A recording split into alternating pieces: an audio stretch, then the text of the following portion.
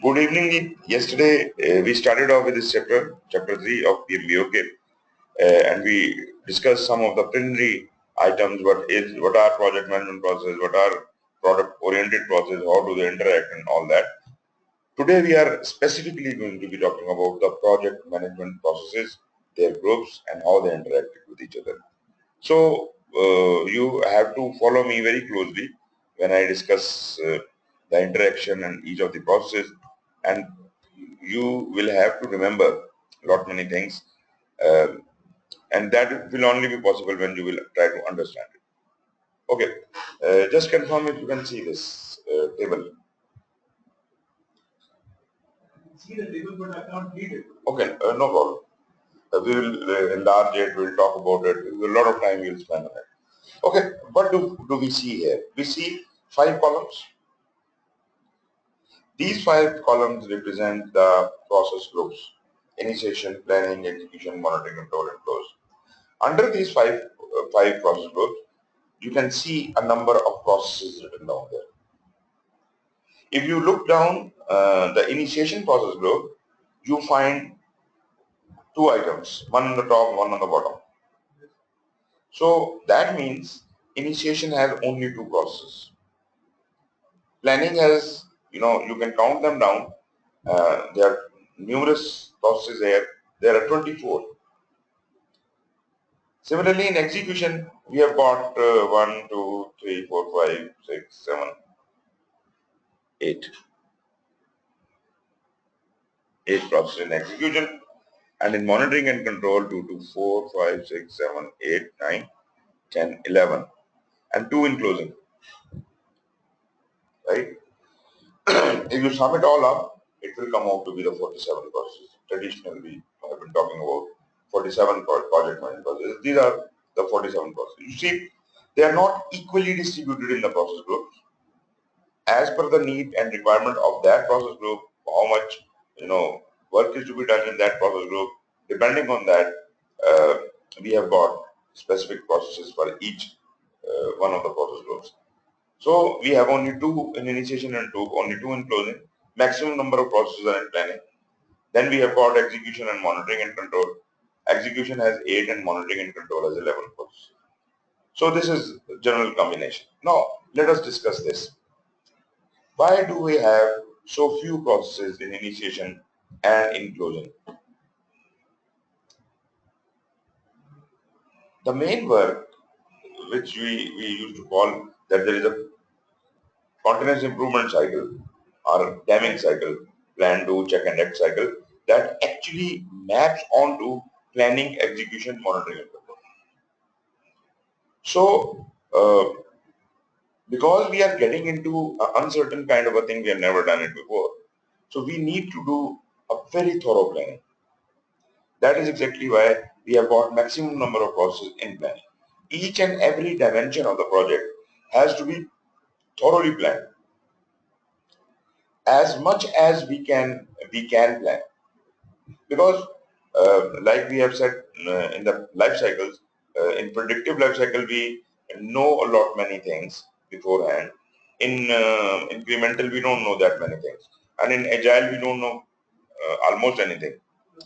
So accordingly we plan, but generally because when we are talking about project management process groups, we as a default we take it to be a predictive life cycle. So we have to be planning thoroughly as much as we can, and even if you are talking about incremental life cycle, even then that suits, because I said plan as much as you can. So if you cannot plan a lot due to less information, then as much you can plan, you have to plan. After that, new facts will release and ultimately you will be able to plan those things subsequently. But in planning, we have to put in our best effort. In execution, why there are so few processes? Reason being, execution, it in itself doesn't have any power to think or do anything by itself. It is supposed to follow exactly what was planned in planning. Exactly. So it cannot use its own brain and cannot change anything which has been planned, it is supposed to follow the plan and execute. Therefore, it is just a subordinate process, and therefore it does not need to do a lot many processes. We will discuss each one of these processes, why these processes are there and what are they doing. We'll talk about it. In monitoring and control, you will see almost every knowledge area is represented. Everything, every dimension of project management has to be properly controlled. No matter it is scope or time or cost or quality or whatever, everything is to be controlled, with an exception of one thing. I did not mention the columns the rows we have 10 rows, and those 10 rows are representing the 10 knowledge areas. Scope is a knowledge area, integration is a knowledge area, time, cost, quality, human resource, communication, procurement, risk, stakeholders, all of these are different knowledge areas. So those 47 processes we talked about, as we saw that they could be unevenly distributed amongst the 5 process groups, the same 47 processes can be divided into their specialty area. Some of the processes may relate to scope, some to time. So according to that specialty, they are grouped that way as well.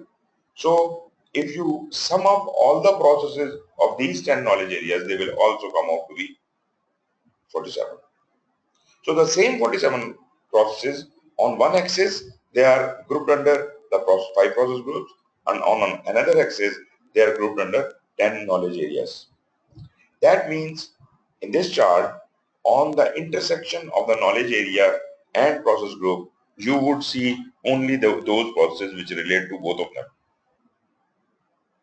And this also is very clear that one process can only relate to one process group and one knowledge area. It can have a vertical relationship and a horizontal relationship.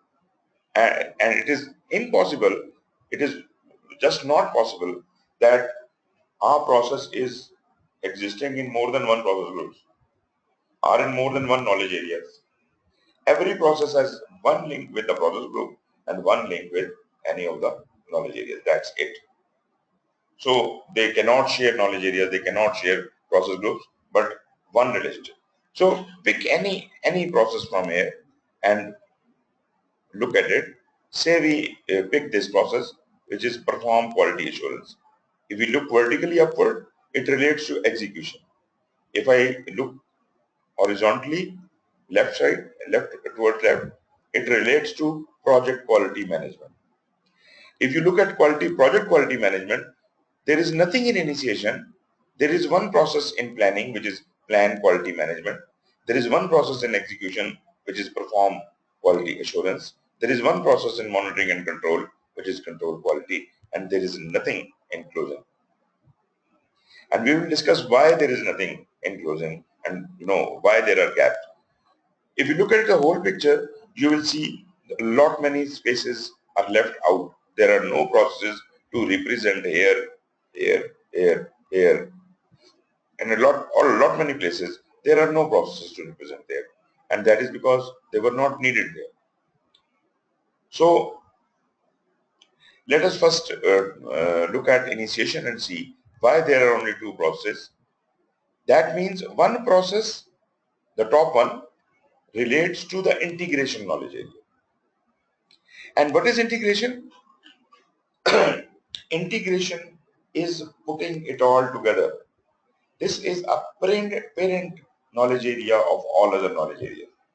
All other knowledge areas, whatever they do, they submit their result to integration, and integration puts it all together into one whole. So integration should not be treated like any other knowledge area. This is the father of them all. So whatever the process group is going on, integration is the father of them all. So you see integration processes in this row. These processes, you will find some integration process is existing in every process group. There is one in initiation, one in planning, one in execution, 2 in monitoring and control, and 1 in closing. Because whatever is happening under it in all other knowledge areas, that all has to be summed up by this parent process.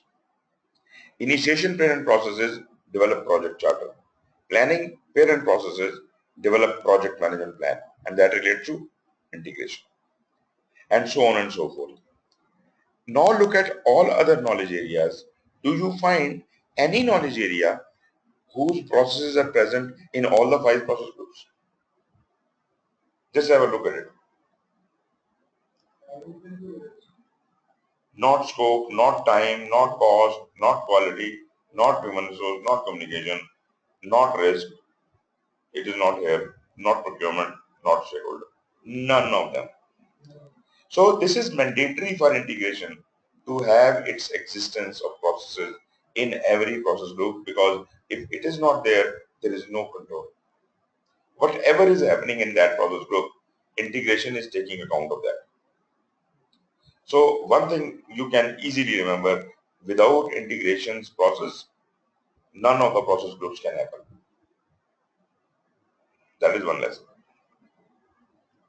So how many could be the processes of integration? How many could be? Could be. The processes of integration? 5. 5, because there are 5 process groups. So it cannot be less than 5. It has to be minimum 5. And actually how many are they? 7. They are 6. In monitoring and control, we have got 2. And there is a very specific reason why we have 2 here. I'll talk about it. There are 2 processes, one 4.4 and one 4.5.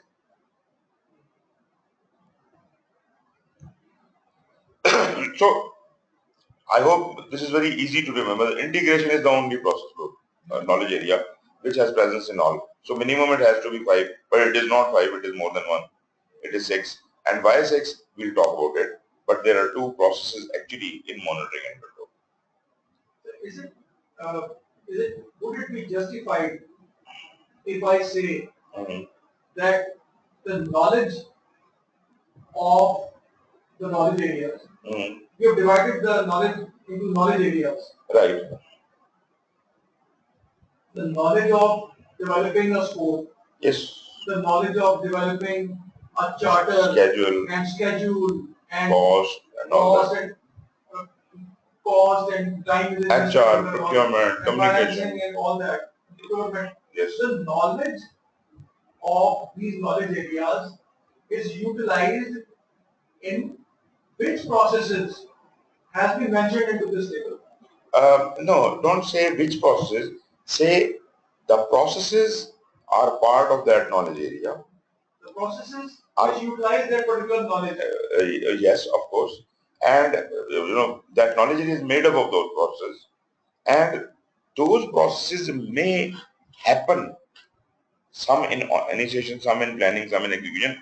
Within stakeholder management, there might be one process which is actually happening when we are initiating the project. There is some process which is happening when it is being planned, something while we are executing. So we can then, utilize that particular knowledge exactly in that particular process. We should understand what is happening where. So that matrix actually helps us build that picture. And that is what I'm trying to make. I don't leave out anything. Yeah, exactly. And I'm trying to create this map into your mind. As if you can, be free not to, learn it by heart, but just imagine and you can come out with why there are so many processes there. What is the purpose of this process? How many should be there? This is exactly I want to make. This is why I said this lecture is very important, because we will build that picture. Okay. Coming back to initiation, we see a huge gap. There is nothing in scope for initiation. There is no job of scope, no time, no cost, no quality, nothing. The only 2 processes, one is integration and one is stakeholder management. That essentially means that probably these are the only 2 things that is required to push the vehicle of project management, to give it a start. Initiate. to initiate it, to give it a start. There's nothing that you can do about quality while initiating a project. Exactly. There's nothing you can do about all those things are details which could be done in planning. But now our mission is just to push it and get it started. As soon as it is started, then we will do the detailed planning and everything and whatever. So to push it into a start, integration, the main control process is to issue that order to start. Charter. That is development of the charter. Develop charter is the main controlling process in initiation. And only when this order is given, then project manager is assigned and he looks around what to do, kidhar aa gaya hu main, pagal ho gaya hu, kya hai? You know, he's totally confused at that stage because he has just been assigned a job and he doesn't know, doesn't understand what it is. So he is trying to create his understanding. Normal tendency is that as soon as you are assigned a job, you try to jump to conclusions. You try to present the solution immediately without even analyzing and understanding the problem. So we don't want to do that. We want to go in a very proactive manner. And a good project manager should naturally first understand what is being told to him and negotiate and communicate with his sponsor about the clarifications in charter. He may ask certain questions, but naturally he just needs to capture the essence of the thing. He doesn't need to understand the whole detail because those whole details will come later in planning. All time is available for planning and he can dig down the detail of each and everything. But generally he should have a perspective. What is this job being given to me? There is another thing very important, and that is while in planning, when he will be actually digging down the requirements, understanding the requirement, from whom will he get the requirements? Generally people think that the project sponsor has given him the requirement. There is a contract signed already and customer has provided us the requirement. So project manager closes all the doors and he just looks at the contract and starts doing the job, which is absolutely wrong. It is not only the customer or the boss who is involved in the project. We talked about there are so many stakeholders and all the stakeholders have their own needs and expectations. And we have to, project manager has to create a balance in those stakeholders. Does he know who those stakeholders are? How can they impact the project? Project manager is kind of an advisor to his boss. If customer has not asked for it, sponsor or boss has not asked for it, even then there is something which can affect the project.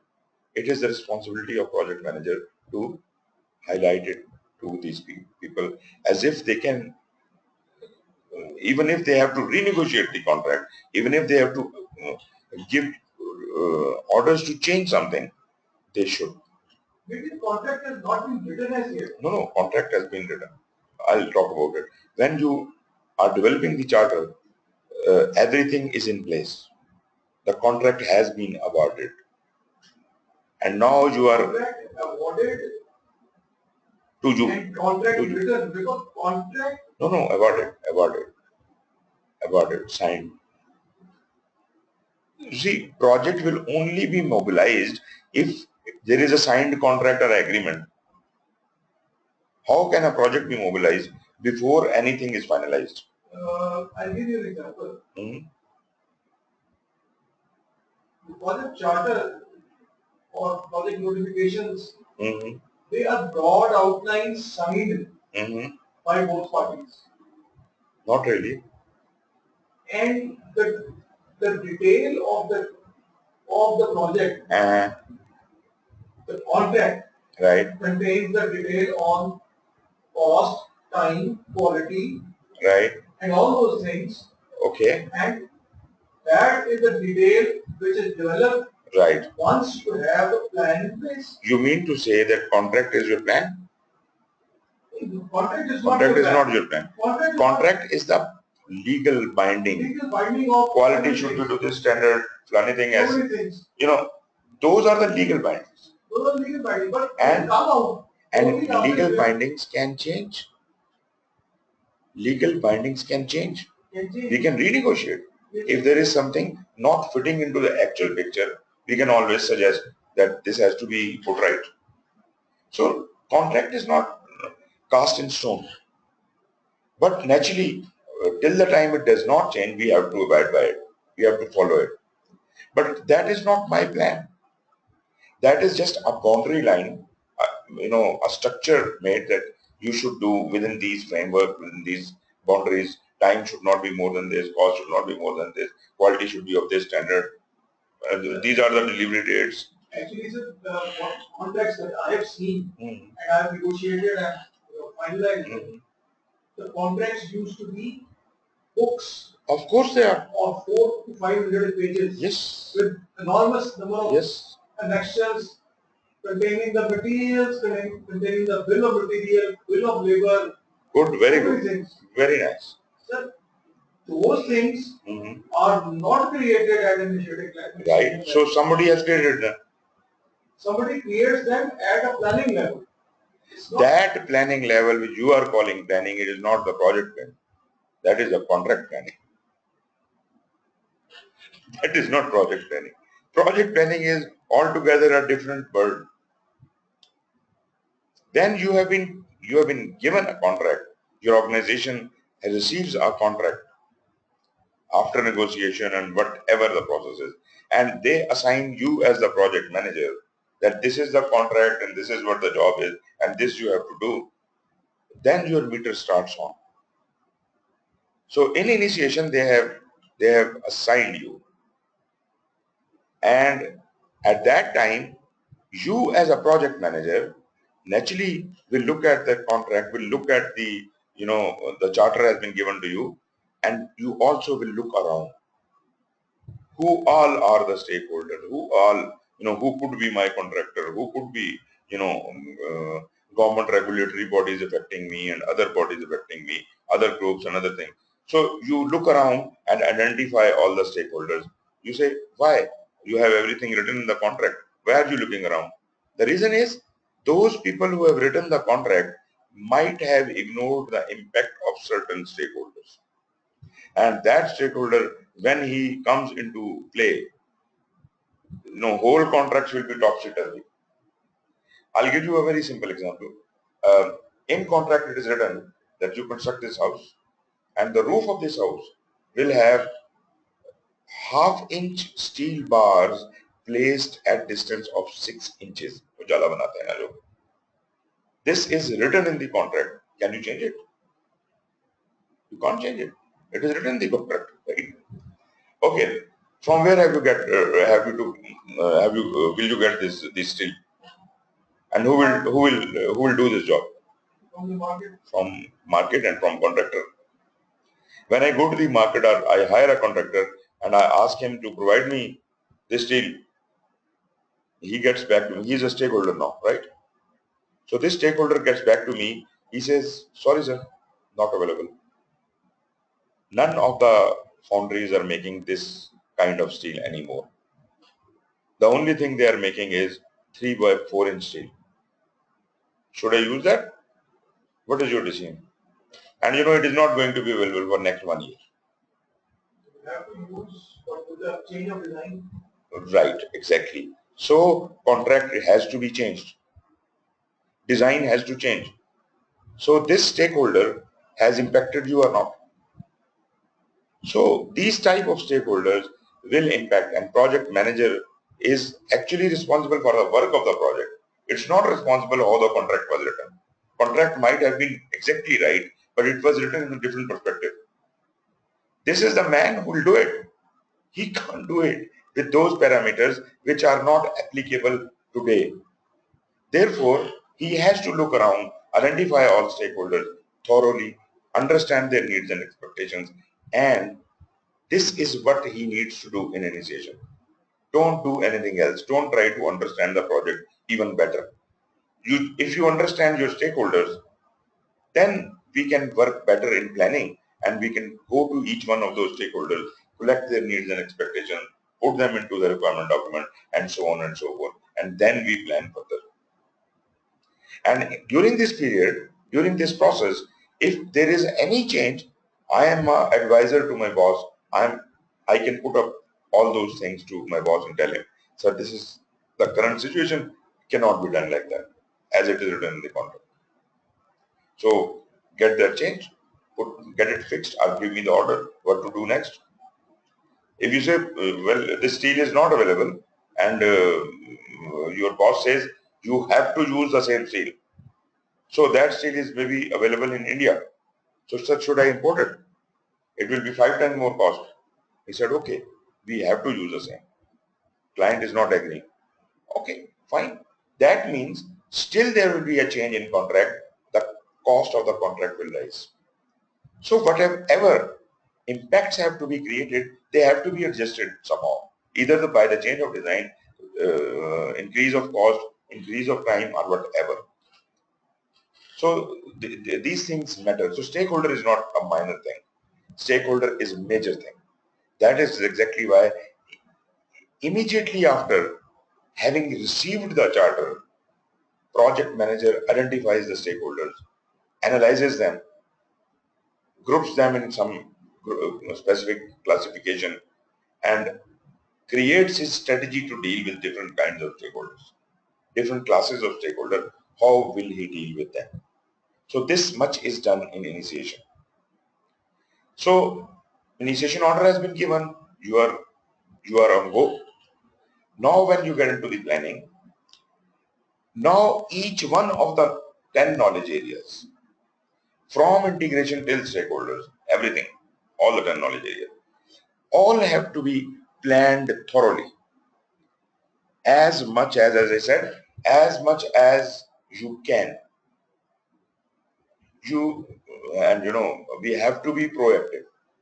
We don't, no, I do understand that there is a tendency, is already a contract, such a great contract, such a detailed contract, 400 pages of contract with designs and drawings and everything. Why are you wasting so much time in planning? Sir, this person has to do it. He has to translate everything in the contract on ground and see if it really can be done. And he has to make his schedule accordingly. And this takes time. And not only that, he's also communicating with the stakeholders and adjusting their needs and expectations and keeping the customer and the stakeholders updated about what is happening. So the person who does it by his own hand or who is responsible for conducting it holds some power. You can't use him as a supervisor, that you just follow the contract or you just follow my order. If it is only your order and I am not supposed to think, then probably I am just a supervisor. I am just getting your bid done. That's it. But we don't want that. We want project manager to think, and rather the project sponsor or the executive committee to relax and manage by exceptions. They will only interfere in the project on predefined points for certain purposes. That is management by exception. If something has gone wrong in the project, if there is a change in the project, then project manager will bring that change for approval. Or when a phase has been finished, as I said, at the end of every phase, this team will come in, check everything, what was promised, has it been delivered or not, and then allow you to move to the next phase. So these are the interaction points. These are the management by exception. So the senior management should only manage by exception. Leave rest, delegate everything to project manager. Project is his job. Project is not your job. Those people who micromanage the projects, sitting on top and they are controlling everything right from top. In those cases, project managers are useless. They are just supervisors. They do not have any thinking power. They do not have any control over their troops and nothing. They can't have nothing. So it is better you remove them and keep managing the project from up there. This will still produce the same results. So you did not want a project manager, you wanted a supervisor, and you named somebody as a project manager. Sir, with all this discussion, I get an idea that either the contract is signed before the charter, yes, or the contract is signed during the charter. Before the charter. Contract has to exist, or agreement has to exist. Okay, tell me. Existing of an agreement is different. Project did not exist when the contract was signed, did it? Project did not exist. When you were negotiating, when you were making contract, when you were planning contract, you were bidding for contract, somebody was coming and going and all that. Was that project management? Do you think that was project management? That was not project management. What was that? Pre-project negotiations. That was pre-project, right? That means that was part of your operation. That is operational work going on. Okay. You see, I am a company which develops softwares, or maybe I make houses, right? And I am a construction contractor, and you need a house to be constructed. You will naturally float your whatever desire to hire any contractor into a newspaper, some tender notice or something like that, or somehow I will be approached through a newspaper or directly through you or whatever. So what will I do? First of all, I will see my comfort. I will see is it worthwhile to do this job? Look at it from my point of view. Is it worthwhile to do this job? If I'm already very busy and I don't have any slot to do your house, then I'll say no. Right? I'm not interested. If I see my business need in your whatever work you want me to run, if I'm getting good money out of it and this is exactly relevant to my experience and expertise, I would say yes, it is interesting, looks interesting. So when I'm interested, then that means some business need exists at my end. I will develop based on that business need. I'll justify that. I find the viability. I'll develop a business case. Why should I be bidding? Job is done by the business analyst or whomsoever is managing. There are people in your organization who are looking at the tenders and who are smelling what our organization needs, what type of contract should we get. So they are sensing it, they're smelling it. So as soon as they see a good contract, they smell it, they do the business case. And if it makes a business case, if it is good for my organization, then I will bid for your project. Many other people will also bid for your project. So when I am bidding for your project, is it a given that I will get it? It is not decided. So I have made a lot of investment so far.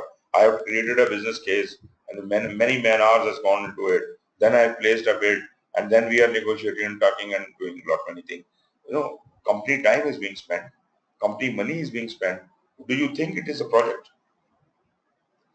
It is yet not awarded. How can it be a project? So this is basically an investment from the organization side to get a contract.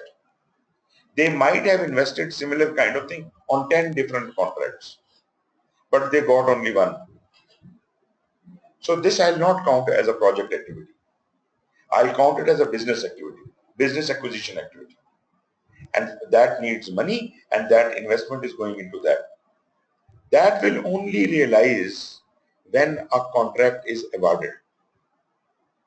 Once the contract is awarded, now my company is sure and your company is sure that we are in contract or an agreement. And now this job will be done.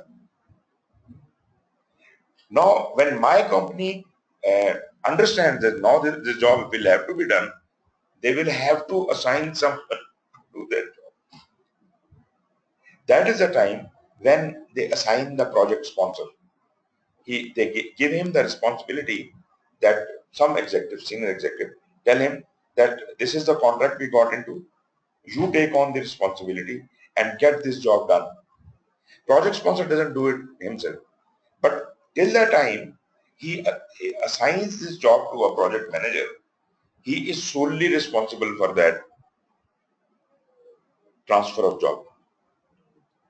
And later on, even when he has given this job, assigned this job to the project manager, he remains as a boss of the project manager. He is called the project director or project sponsor, whomsoever you want to call it. So this guy is basically a link between the senior management and the project manager.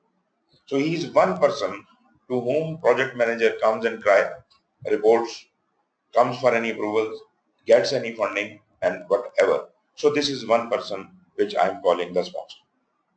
Although this sponsor actually coordinates with many other sponsors, which we generally call key stakeholders. And these key stakeholders may include the financiers, the permission giving bodies, approving bodies, even representative of customer and whatever you wanted to say there. The customer will be included in that, but that would, I may call it a project board kind of a thing. So we'll create a project board, which is again outside of the domain of project board. Project board is outside the domain. So project board is sitting up there and project sponsor is actually communicating with them. And he is a single point of contact with the project manager. All the permissions, all the funding, all the resources are being provided to the project manager through project sponsor.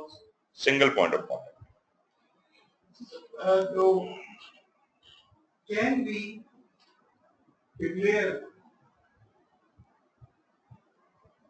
the initiation and finally the signing of the contract, until the signing of the contract to be a project of a project, the entire activity of there are multi-million dollar contracts I'm talking of. Right. It's a very big contract to be signed. The signing of the contract, the drafting of the contract, the initiating of the contract. Okay. That could be a separate project in itself. That could be a separate, that is a business analyst project. Business analyst project to get this project, get this contract. Because this activity is assigned to someone. Yes, of course. At times you get the project. Of course. That is the job of the business analyst basically. This is business analyst or business development project. Exactly. Those are the people who actually realize the contracts. And they are responsible for fulfillment of those contracts. Project manager is not responsible for fulfillment of the contract. He is only responsible for the delivery of the deliverable. Okay. Product, service, or result. Right? But as far as the contract is concerned, contract is between two companies. So if one company default, other company sues, or whatever, damages are. So that is between company to company. What if the project manager could not do it? It says, sorry sir. He will say, sorry sir, you can't do nothing about him. But basically, who is damaged? Our company is damaged. Our CEO may have to resign for that. Maybe. You see, there's a difference between accountability and responsibility. Business development project could be a deliverable of the business development project would be a signed contract. You see, we have already stated that this depends upon you, how you perceive it.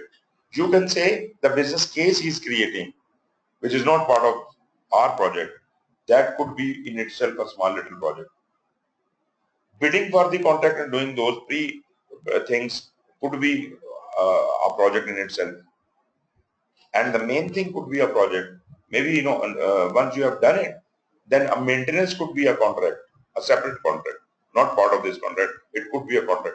And we also studied that we can look at it as the whole thing as a big project and these things as its phases or sub-projects.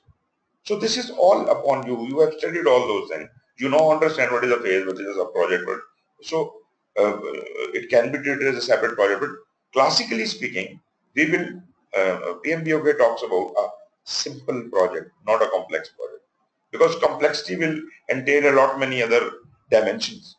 When we are studying PMBOK, we are assuming a simple project, not a complex project. For complex project, PMI has come up with yet another standard.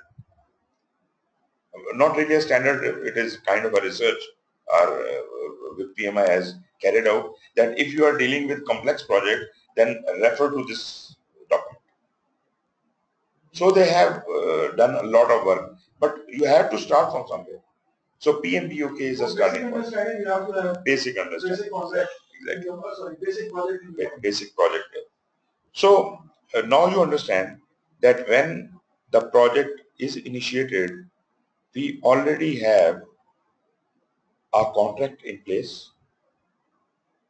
We already have a business case in place and a statement of work in place. Now let me explain what a statement of work is.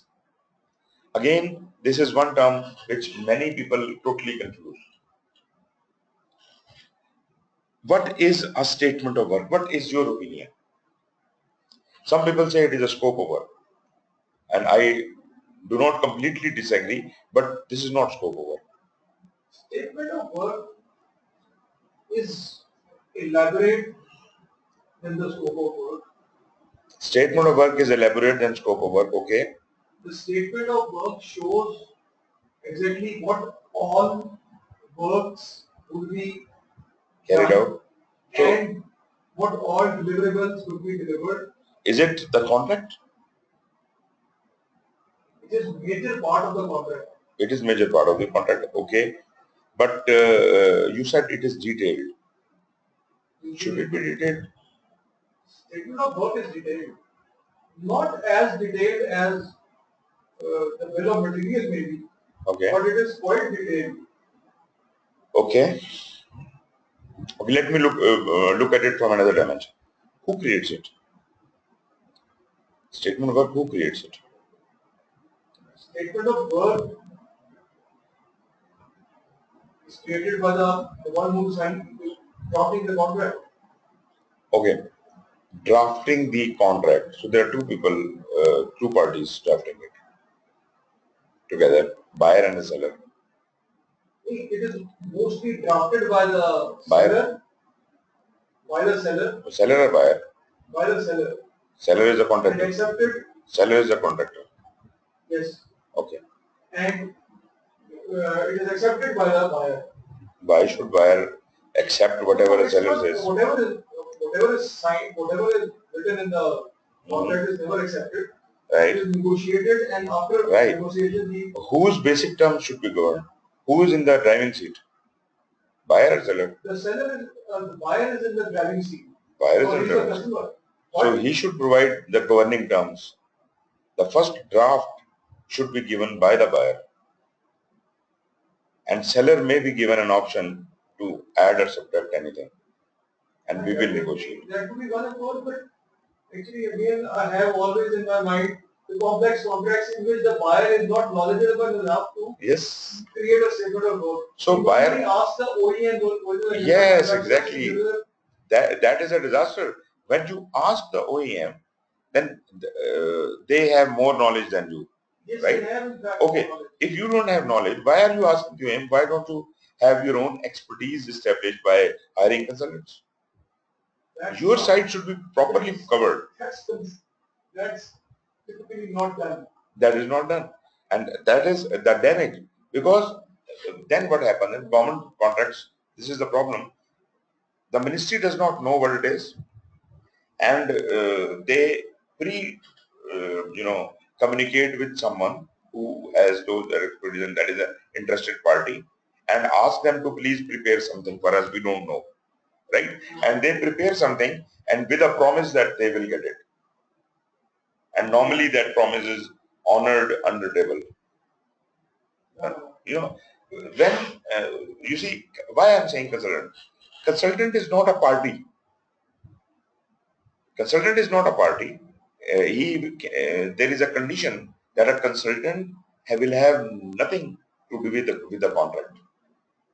He will not negotiate. He will not talk to the other parties, and we sign the non-disclosure agreement and all that. And the contractor cannot bid for the contract. Sorry, consultant cannot bid for the contract. He has nothing to do with the contractor, but he will provide me expertise more than what the contractor is bringing in. So I need to have more knowledgeable person. to give me a whole picture. Either I develop my own resources and my own knowledge base. If I don't have, I hire consultants. This OEM thing is the other way around. You are asking him, I don't know, please prepare a contract, and then I will become intelligent, and then I will negotiate.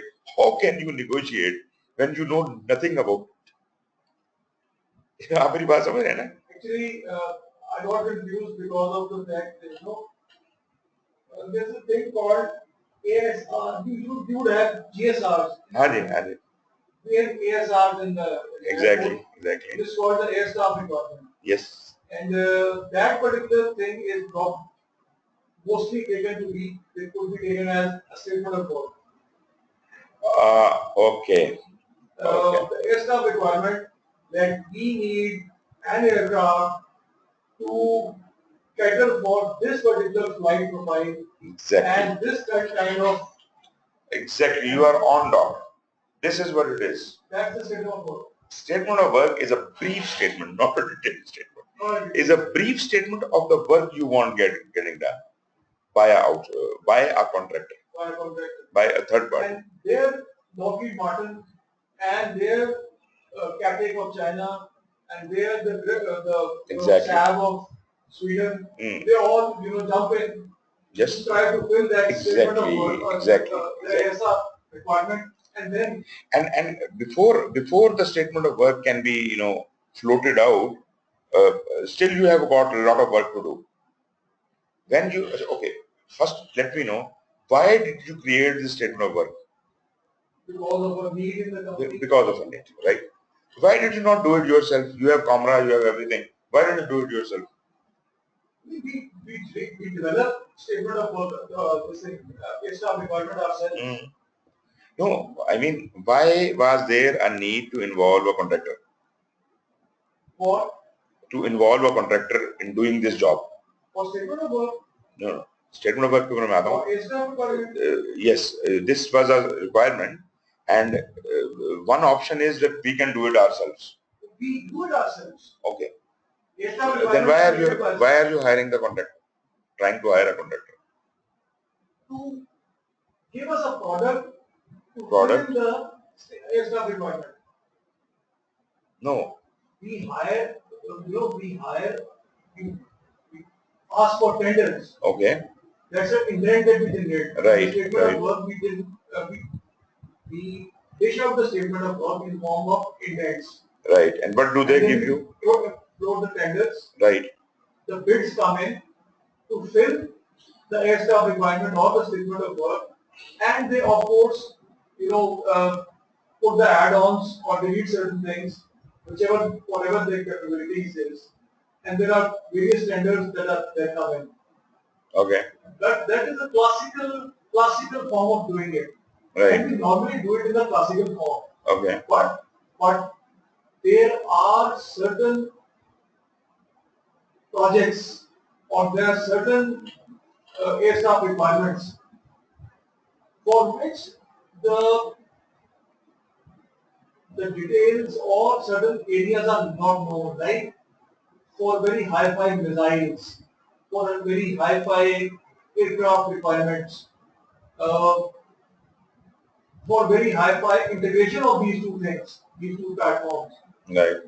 In which the research that is already going on in the world right. is not known. Okay. It's very hushed up. Right. So in those areas, we need to go in and negotiate with the OEMs. Wonderful. Advise us on that. Basically, when a requirement rises, a need rises, I would call it business need. When there is a business need in your organization, right? Your organization, does a business case or whatever kind of a feasibility kind of a thing, and they said, yes, we have to acquire this capability. Now, if they have resources within themselves, they would do it by themselves. If your camera could have done that job by itself, it will be done. It will be directly assigned to camera. Camera will be given an agreement, internal agreement, and they will do it. Agreed? But only when your internal capabilities are not enough to meet the business need, a portion or the whole work is considered to be outsourced. A portion of that work or the whole work may be considered to be outsourced. यहाँ तक बात ठीक है? So what could be the reason of giving the contract? Number one, it is beyond my capability, right? Okay, let us say it is within your capability. You can do it. You have expertise. You have got everything. You have capable people who understand that science and can do it. But the volume of work expected, we don't have that capacity. So again, we will have to resort to a subcontractor. So either I don't have capability or I don't have capacity. And there is a third thing also. Say you have capability, you have capacity, but the thing you are trying to create is of highly sensitive nature. And if we could not, there is such a huge risk in creating that thing that if we cannot do it, then there is more damage than the investment. Highly risky one. We may not be, that much experts in that thing. So we say, okay, let it be handled by the experts. Those people who are confident about it, let them do it. They will carry our risk, will transfer our risk on them on a premium. If we could do it in 10 rupees and they are asking 20 rupees for that, it's better than that because the loss due to risk was 100 rupees. 10 rupees job, and if risk occurs, 100 rupees loss. I say I'm ready to pay him a premium of 10 rupees extra. He will do it in 20 rupees, but then risk is his. If there is a loss or anything, he will bear it. Classical example would be that if you have to build a nuclear reactor. Exactly. And the cost that you will envisage is about like 10 billion. Right. And if it goes bad, and the nuclear reactor explodes, or if it explodes and the radiation is spread around, the damage is going to be 100 billion. So you better get it done in 20 billion through a contractor. Through a contractor, yes, exactly. Exactly. So these are the three conditions: capability, capacity, or risk, due to which your organization has decided that we will not do it ourselves and we'll get it done by a third party. When that decision is taken, this decision is called make or buy decision. Make or buy decision. If we could make it, we would have done it. But this is a buy decision. Make or buy decision. On the basis of make or buy decision, we segregate those works which we can't do, which we will not do, and segregate those works which we will do. So some of the work will be done in camera, but some of the things you are trying to outsource due to any one of these reasons: capability, capacity, or risk. So this is you have now decided that these are the contracts which will be outsourced. Agreed? Right. So once you do that, once you take the make or buy decision, the very first thing you must do for each of those works, create a statement of work. For each of those works, the very first thing after make or buy decision is to create a statement of work. And once that is created, based on that statement of work, you create the further procurement documents, which includes tender notices, expression of interest, RFP, RFI, or whatever. Even the draft contracts also. And if you need any assistance in preparing all these things, you must acquire your own consultants. Cannot rely on the contractor for that. It is just like handing him over the key to the house.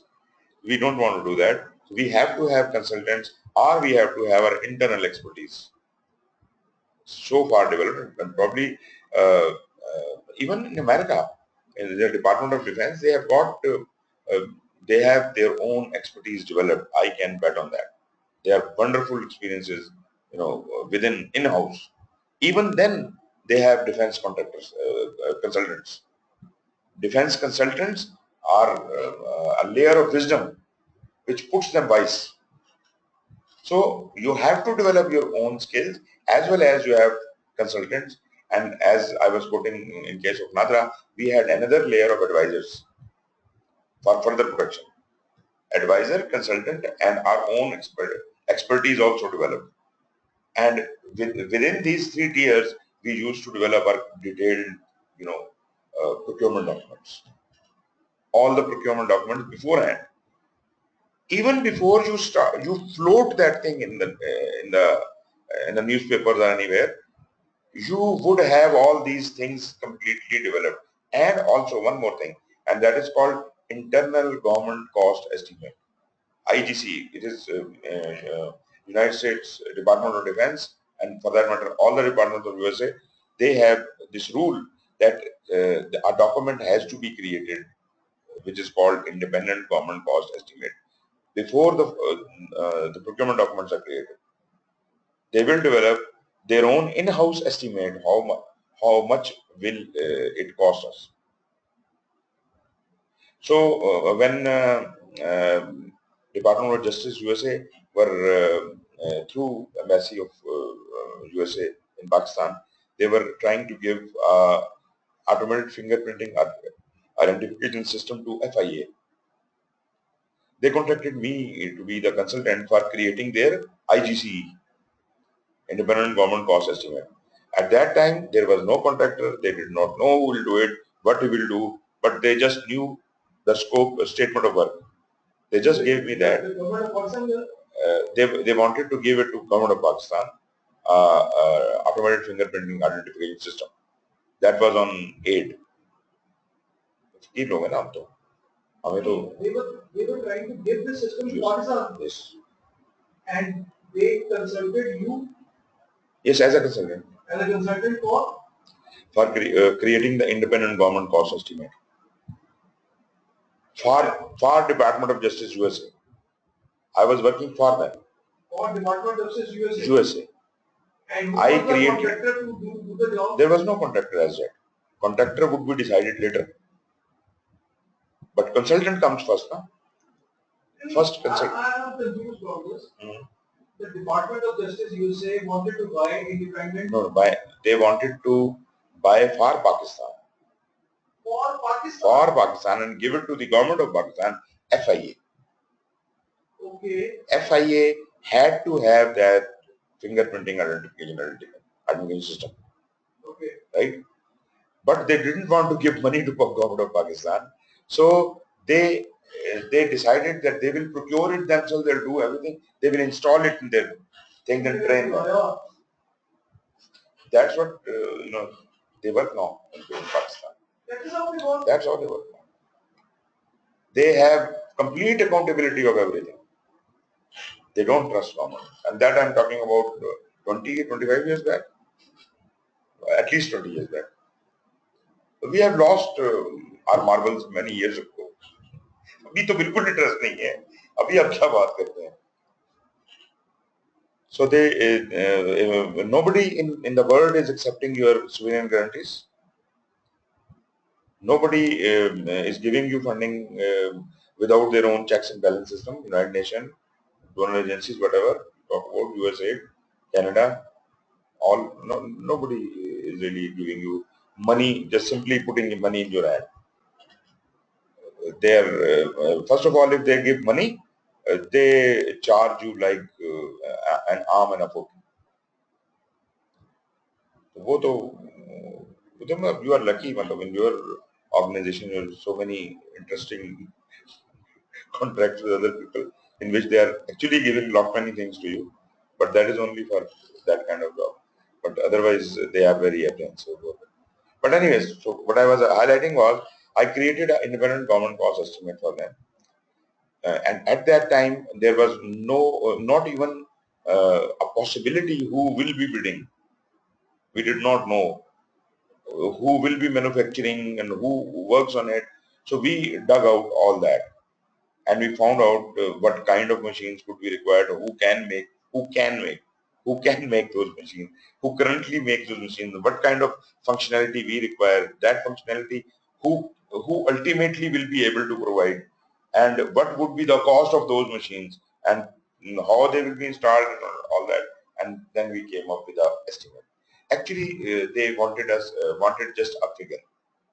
But to land up to that figure, I had to do a complete product analysis, complete product research and analysis. And based on that, we came up with that figure. So we created about 300 pages long document, and the answer was only one sheet on top. When I was handing it over to the investor, he asked me, why are you giving me so many documents? I just asked for one paper. IGC form ek hota hai. So where is that? It's right on the top of it. What else is there? I said it's a complete product analysis. All calculations are justified inside. Why, how, and when, and where, and why. So you can always consult it. You don't have to call me back again. Everything is written in there. So that is their independent government cost estimate. So we have to develop that ourselves. If we don't, then we don't know what. Again, we are then relying on the contractors, ingenuity, whatever he thinks and whatever he quotes. So this I have faced in Nadra, that there are 5 contractors. So before bidding for the project, they sit together and they decide what should be the minimum rate they should go. Right? So item which is 100 rupees, the minimum quote will come for 500 rupees. And what will you do? You don't have your own estimates because हम तो नलायक लोग हैं, हमें तो आता ही नहीं करना estimate. तो ultimately फिर वही government वाला अकलमंदी, wisdom of the government, go for the lowest. So and interestingly, there are checks available for everything in PEPRA rules. But वो खोते बैठे ना, अकल तो है कोई नहीं, इस्तेमाल तो करनी कोई नहीं है. वो कहते नहीं, जैसे पहले वाले ने किया था उस तरह लोएस्ट ही देना है, लोएस्ट ही देना है. लोएस्ट के चक्कर में बेड़ा गर्क कर देते हैं. So the independent common cost estimate will serve as a parameter that this is the money in which we can do it ourselves. So whomsoever is coming will charge a little more than that, 10% more, 20% more, 25% more. What is this nonsense? Is asking 400 times more. So we draw a line that anything more than this would be simply rejected. Anything less than this will also be simply rejected. If somebody quotes too low, then he can't meet the target, and he is just quoting it for getting the project.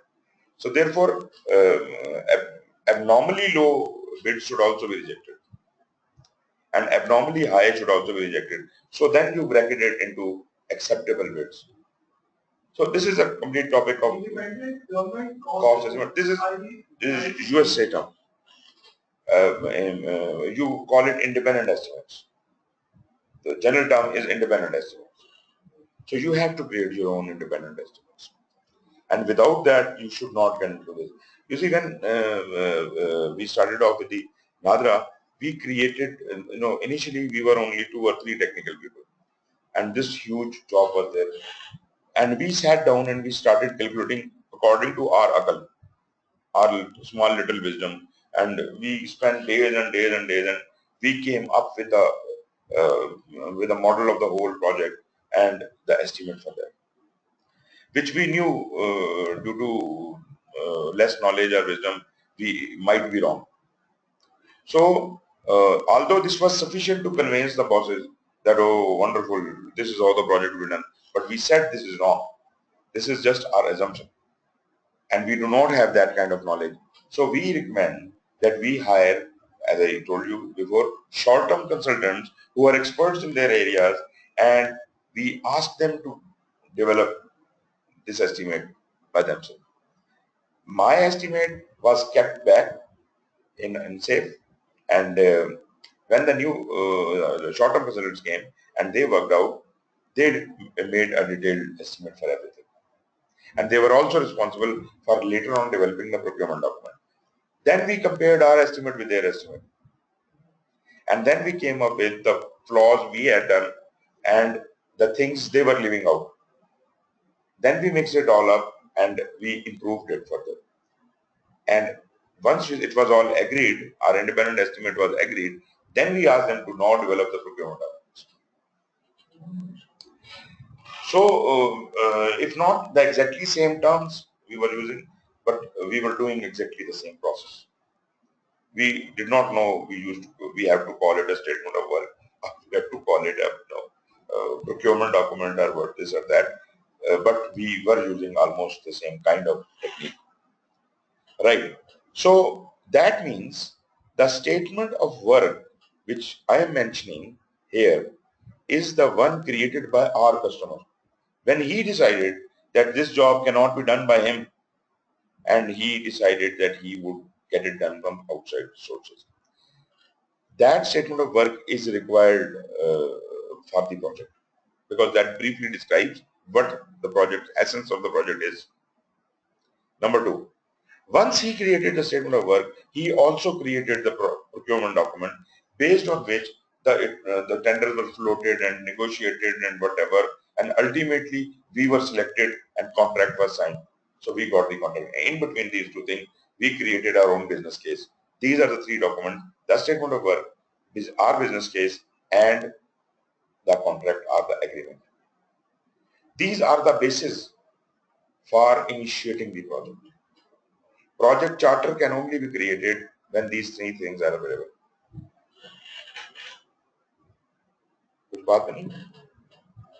So these things, three things have to be available as if the project charter can be developed. What is project charter? Project charter is an authorization by the project sponsor to the project manager to mobilize the resources for the project. Statement of work, business case, and the agreement or the contract. So these are the three basic things, and on top of that, we will also have the enterprise environmental factors and organizational process asset, which I said they are to be input everywhere. Every process will have them as well. Why organization process asset? Organization process asset will give me the format of charter. Organization process asset will give me the previous charters created of similar kind of projects. It will give me the policies and procedures for creating the charter. So all those things. Enterprise environmental factors might give me the government policies affecting the charter and other things. So those things will definitely be input. So these are the 5 items: the statement of work, business case, agreement, and then organizational processes and enterprise environmental factors. These are the 5 things based on which the project sponsor creates the project charter and gives it to the project. And this is the process of develop project charter. Project manager comes into play. As I said, he would be confused totally in the beginning. He will ask questions, he will clarify. So what he is trying to understand is the basic essence of the work given to him. He doesn't need all the details. Naturally, he can consult all the documents, contract, this, that, all that he can read through. But generally, he tries to understand the boundary of the project. So that is called, it's not a formal document, but he is trying to establish a preliminary project scope statement. A preliminary project scope statement in his mind with clarifications from the sponsor. Once the picture is clear in his mind, he understands what is included in the project and what is not included in the project. Then he says, okay sir, I'll get back to you. And then he starts looking around for identification of the stakeholders, which is extremely important to be started at this phase, at this stage. Because as I said, stakeholders could be small, could be big, could be internal, could be external, could be affected by or perceiving to be affected. So all these people who now I understand the scope of my project. So whomsoever I consider that they can somehow impact my project or be impacted by my project, I will recognize them as my stakeholders and I will create a long list of stakeholders. I will not try to ignore anyone that he is too small, just forget about him. No, nobody is small, nobody is big. So let us create a huge long list of stakeholders. This is to be done in initiation. And another work within this process is that we will analyze those stakeholders, meaning what? We will try to classify and categorize and group them into various categories, maybe 3, 4, 5 categories, and then I decide that this category of stakeholder is more important to me, so I will deal more intimately with this type of stakeholder. This type of stakeholder, I will just keep a watch on him, and so on and so forth. So you develop your stakeholder management strategy also, a broad strategy. Generally, this kind of stakeholders will be dealt with this way, this kind of stakeholder this way, this kind this way. So this much is done, then our initiation is done. Then we move on to the planning. And as I said, in planning, there are 10 knowledge areas and naturally headed by the integration. So all of those 10 knowledge areas have to be planned in thorough detail as much as we can. And as I said, it is headed by integration. So the integration plan is called the project management plan. And project management plan composes of all the other 9 knowledge areas plans. So this is a parent plan. This parent plan encapsulates everything. Whatever is done during planning, in scope, in time, in cost, in quality, wherever, this all is put together into one whole big project management plan. So all these things you see in 24 processes in planning, they actually feed up to the project management plan. And each one of the knowledge areas has its own management plan, scope management plan, schedule management plan, cost management plan, and every knowledge area has its own management plan. And all these management plans put together is the project management. So we'll talk about these things in detail, but once this is a very thorough process, it's a very deliberate process, and it takes time. 40 to 60% time should be of the whole project should be spent in planning. This is such a serious business. We do not give any time to planning. As I said, we say everything is written in the contract. What are you waiting for? Project manager from day one is launched into execution as per the contract.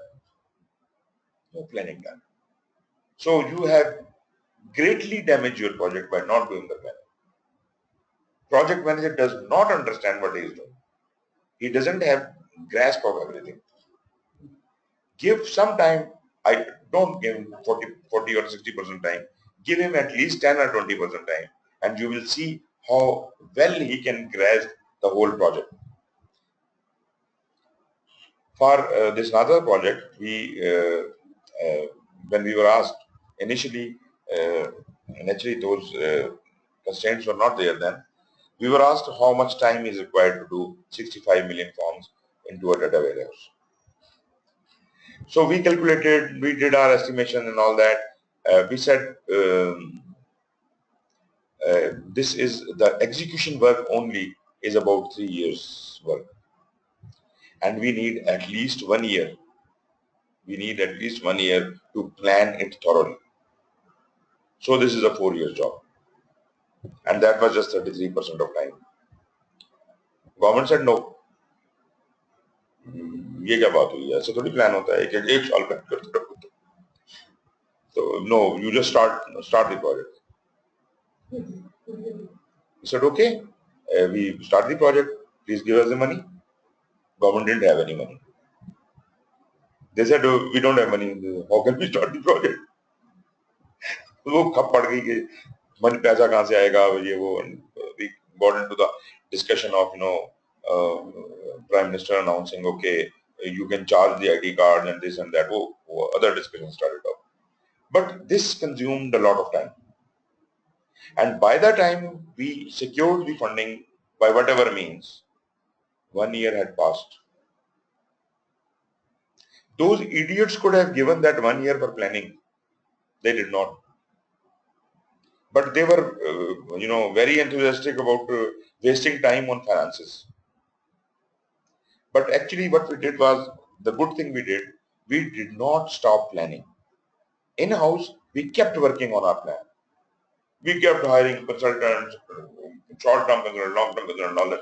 1 year we kept doing that, and by the time the funding was procured, we had crystal clear plan ready with us, and we were ready to, have a bout with any kind of contractor who comes in. We had, full knowledge of everything. Our consultants were, fully aware of everything. We were fully aware of everything, and we made groups. One was a technical group of NADA, one was a technical group of the consultant, and one was the administrative group. So every contractor bid had to pass through these three channels. And we had, the evaluation criteria set in such a way that every, proposal was to be, evaluated at all three levels. At all three levels, and every level had its own weightage. So we protected it in such a way that even if somebody is bought away and he, eats money out of, somebody's hands, and he wants to give the contract to a specific party, he can't. He will just have a voting right in that. He will just have few points. He gives five out of five. Fine. You give 5 out of 5. Nobody else is giving 5 out of 5. Somebody is giving 1 out of 5. Somebody is giving 2 out of 5. So ultimately, it averages down to again the very low figure. And there was no surety that anyone who has even taken bribery could have done it. They had to make a huge investment in breaking all of the players in the whole game, and that was included not only the administrative staff and the executive staff, which they are in habit of, coordinating with, but we were consultants and we had the technical staff. And as I told you, our technical staff was completely impervious to anything. As I said, I myself used to shred away all those chits which were coming from the chairman side. So it was completely impervious. Nobody could penetrate our inner circle. So we will not give any marks to that person. So ultimately, we will not win.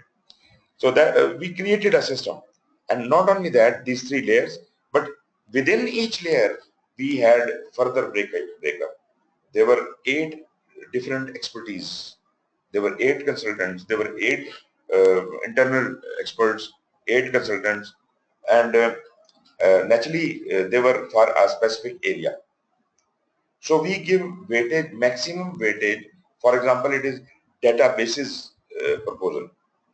So the database technical person and the database consultant had maximum weightage.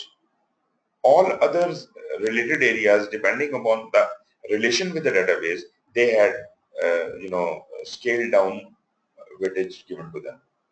But it was only if one consultant of database decides to eat up some money and give a decision in favor of someone, that would not suffice, because all others are not, contributing towards that goal.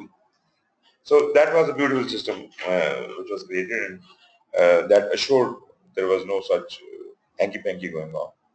Anyways, so we will develop a project management plan after consolidating all these things. And as I said, in execution, execution cannot do anything by itself. Execution has to abide by the project management plan to the letter.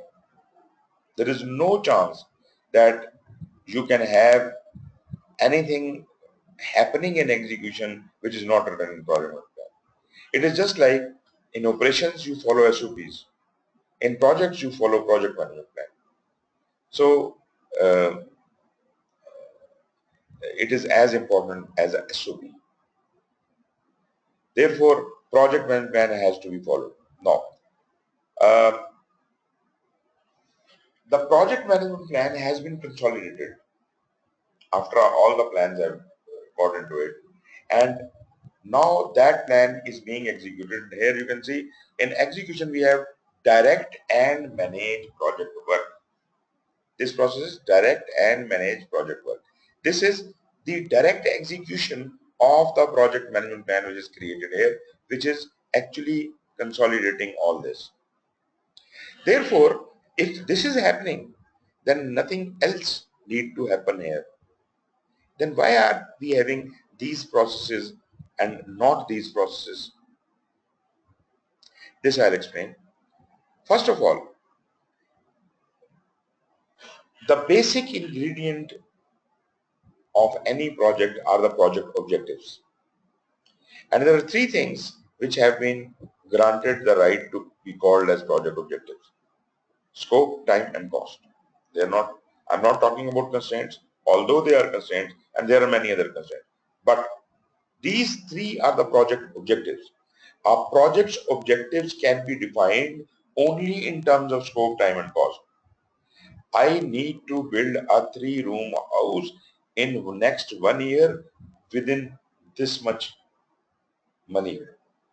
So scope, time, and cost, these three things define a project. So the objectives can be defined only in these three terms. So if we have these three things explained and consolidated into our project management plan, this is what is to be executed. Now I said everything is consolidated into the project management plan. I was not wrong, but as far as the plan is concerned, the physical schedule or cost estimations are concerned, these are coming from these three areas: scope, time, and cost. Rest everything. For example, human resource plan. What does human resource plan has to play? Except for the rules it gives us.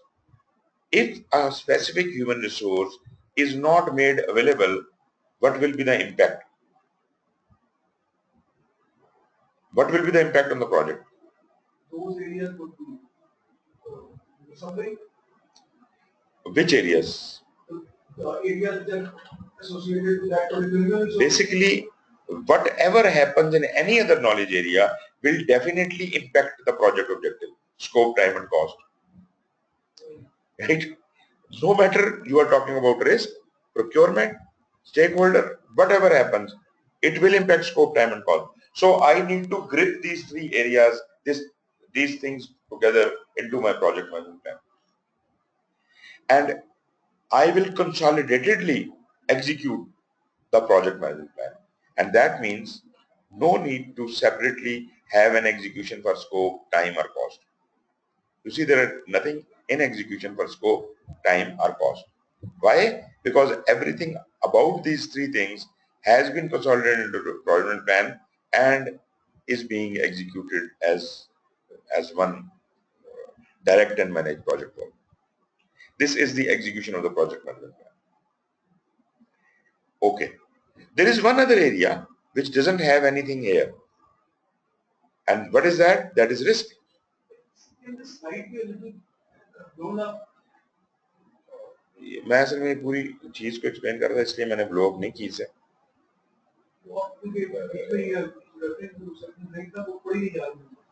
वो मैं बोल रहा हूँ ना, इसलिए एक minute आपको पढ़ा भी करके बता दें.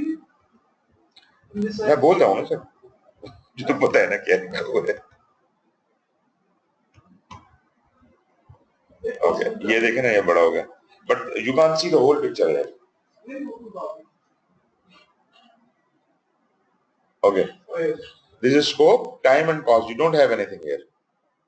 Why? Because whatever we have planned here, we have consolidated it into the project plan and we are executing that here. So there is no separate execution of scope, separate execution of schedule, or separate execution of cost. This is part of our performance baseline.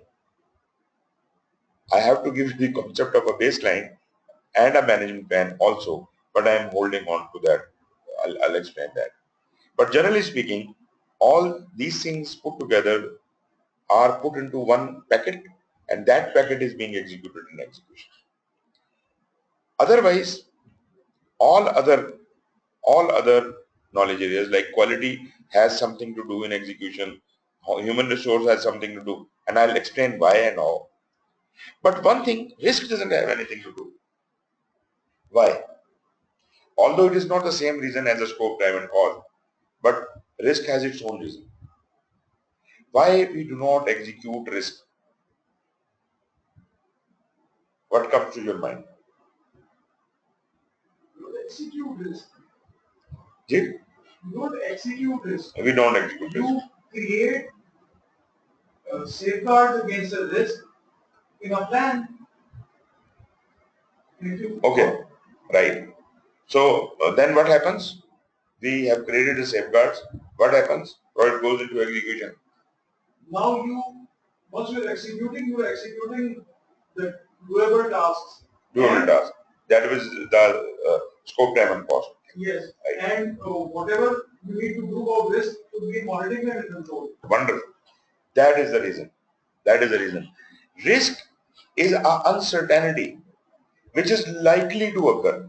But the activities we have designed for the project, they will occur and they will be executed. Yes. But risk has no, surety, no surety that it will occur. So what we can do at most is that we can keep a watch on the risk. We can keep watching, and where we can watch in monitoring and control. So we can keep a watch on the risk. If there is a likelihood of a risk approaching, we can take necessary action. And naturally, monitoring and control is connected with the execution. Monitoring and control can guide execution to put things right and address that risk. But wasting time on executing risk is immaterial. This is not required. So we don't have any execution of risk. That is the reason why risk is not there in. Only 4 things are not there in execution.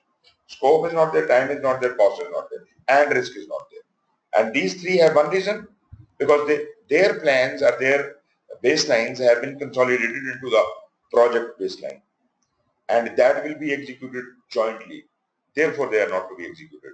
And risk, because it is uncertain event, and we just can watch, and we will watch in monitoring and control, and therefore there is no activity of risk. Now, when everything is being done by the project management plan, why are we having other processes? Okay, the parent is direct and manage project work, which I said is responsible for the scope implementation, time implementation, and cost implementation. What next? What about quality? What are we doing in quality? Why are we having a process in execution? You can refer to our previous discussion. What do we have to do regarding quality in execution? Do we have to do something? Yes. And what is that? You have to ensure that it is there. What is it? The system is in place. Right. And it is a working system. Okay. To ensure that the things would be done according to the standards. Right. Quality standards. Okay. You just have to ensure that the quality control system is working properly. And what do we call it? Assurance. Assurance. The processes will actually be happening in execution. And while the processes are happening, you have to assure that they are happening. They are actually happening. They are actually happening as per the plan. The plan, and that plan is the procedures you have in place or not. If you don't have any procedures in place and you are just happening, what is happening? It is not according to any consistency. The consistency will not be there. To have consistency, the first thing assurance guy has to check whether you have any documented procedures.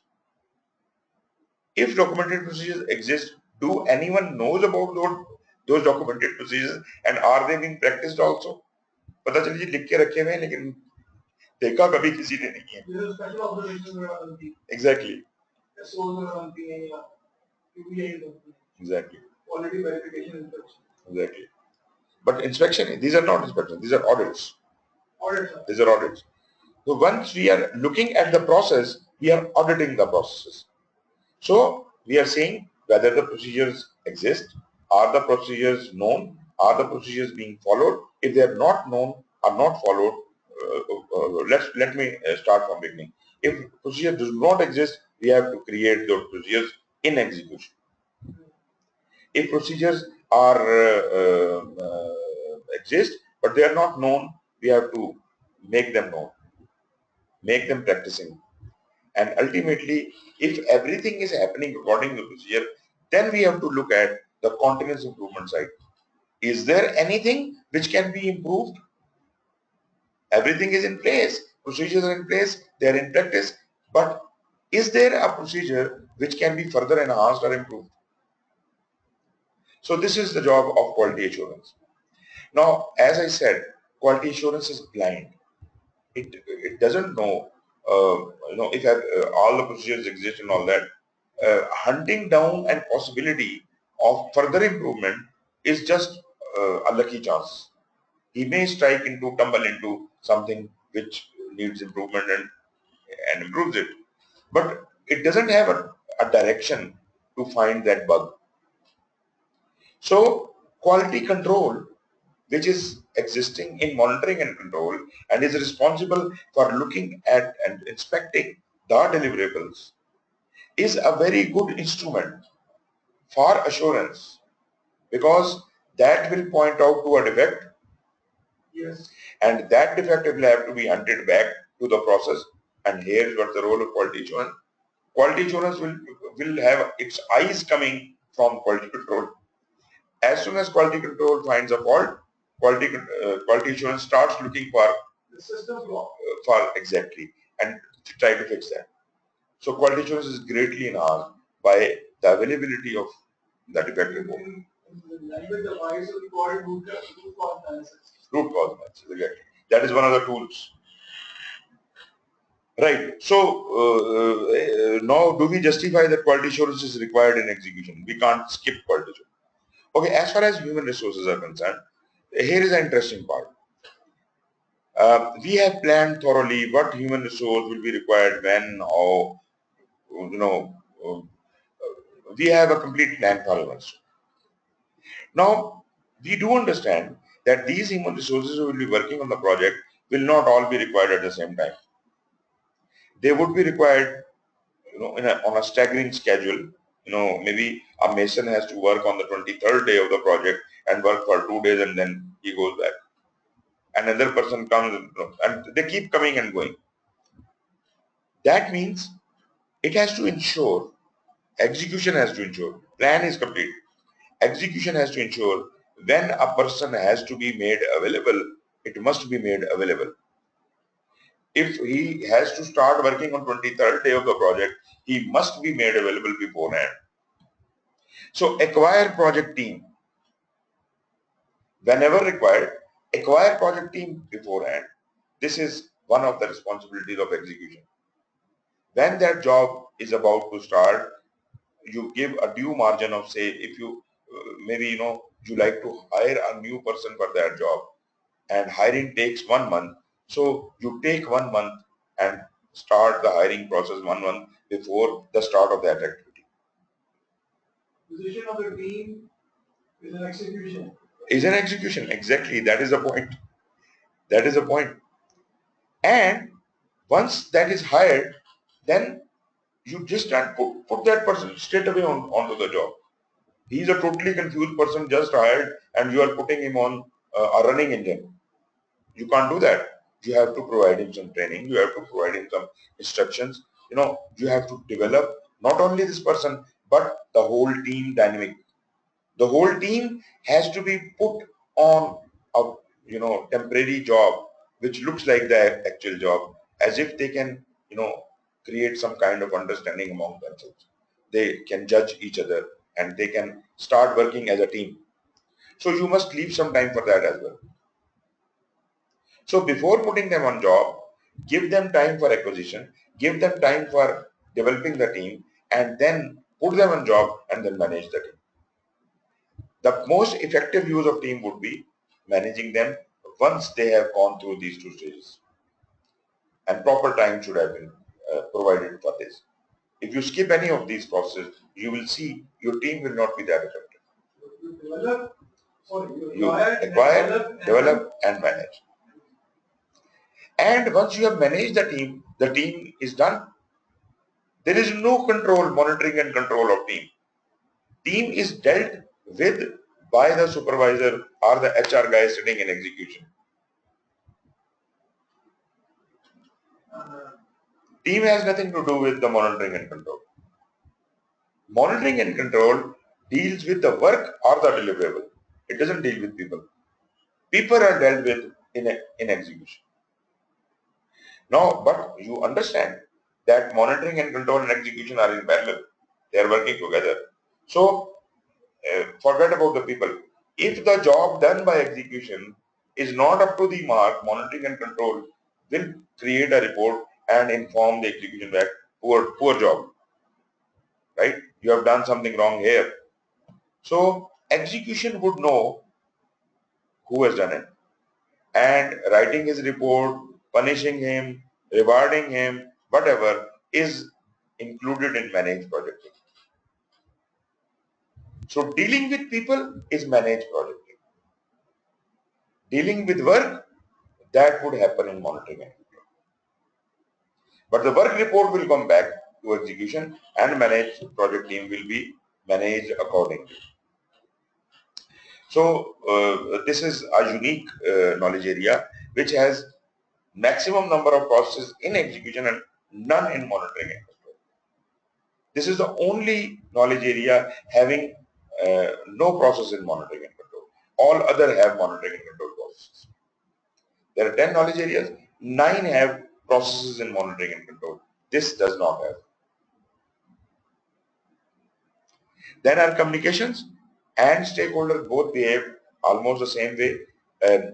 You plan detailed communications in planning. What will happen, how will happen, what report to be made, who will send what report to whom, in what intervals, whatever. So that is a plan. Managed communication means that as per the plan, it has to ensure that the designed communications do occur. You understand my point? Do occur. And how do you ensure? If you are the project manager, you have told everybody you will communicate this to him, you will communicate. So communication plan has been disbursed. You can't sit back and relax. You will have to watch. You have to see, have you sent the report? Have you done this? Do you remember you have to send a report? So this is the management of communication. But if something goes wrong, monitoring and control is control communication. If something has gone wrong, in some communication has not happened, then how to fix that problem and amend it back, that is the control communication. Exactly same is the story with the stakeholder engagement. You plan the stakeholder management plan, you manage the stakeholder engagement in execution, and you control the stakeholder engagement in monitoring and control. As far as procurements are concerned, we develop the plan procurement management. And now this is interesting. Previously we were talking about the customer who created a statement of work and ultimately a contract was given to our company. Now we are talking about the project we are doing. Some parts of this project we think we can't do ourselves. So we are making a make or buy decision within this work, within this contract, and we decide that this and this job has to be further subcontracted. So we do the make or buy decision in plan procurements. We create evaluation criteria. We create all the procurement documents, independent estimates and everything. And we create all the plan, what has to be procured and how. But so far, we have not created the contracts. Contracts will be developed in execution. Rather, I would say, execution conduct procurements means that actual process of advertising in the newspaper, getting the bidder conferences, receiving the proposals, negotiating, awarding contract, all of this actual work will happen in execution. Because some of the contracts might have to be given in the first week of the project, some in the 10th week of the project. So just like we will resource, we will mobilize these resources as and when required, giving due margin. If giving of contract takes about 3 months of time, so I must advertise 3 months before that work should start, and I must finish all the procurement process, the contracting process in that 3 months. And once I have done that, my job is done. I have done my execution. Now I will look. I have a contract, and I'll manage my contractor according to that contract, and that will be done in controlled procurement. Controlled procurement. So my execution is just awarding the contract. That is my execution. And in closing, we close the whole project. Nothing else is to be done except that procurements, all the contracts have to be properly closed down. So closed procurement process ensures that all the contracts have done their job, they have delivered, they have claimed their payments, they have made their claims, they have been paid, the records have been managed properly, and there is nothing outstanding. Only then the project can be ultimately declared closed. कुछ कहानी बनी जी थोड़ी बहुत? बनेगी बनी sir मुझे I'm recalling the time that I was executing this previous assignment of project management of previous overall. Okay. Used to, call in the contractors, used to, advertise for them, call them in, finalize the contracts with them, and once we finalize the contract, then we used to, hunt them, get them executed. Exactly. And in that, we used to have, closing of those contracts. Exactly. वो outstanding में रह जाए, तो फिर जब payment होगी थी, payment जिसने काम किया पूरा उसकी उसने छोड़ दिया उसको घटना मिले. Exactly. Everything was done. Now, at least this whole picture, the big picture of this matrix, probably you can look at it, and whatever we have discussed, you can relate it to all the boxes. And try to recreate this story again and again in your mind. And if you can, have a grasp of this situation, you don't have to remember anything. You can relate it to actual work. Exactly. You don't have to remember it. Exactly. So this is for today. Tomorrow we will get into the interrelationship of the 5 process groups. What goes in, what goes out from the process groups, not the process. Then we will go to each one of those process groups and we'll start opening it. So we do it tomorrow. Okay. Anything else? So let's meet tomorrow and discuss this interaction of the process groups.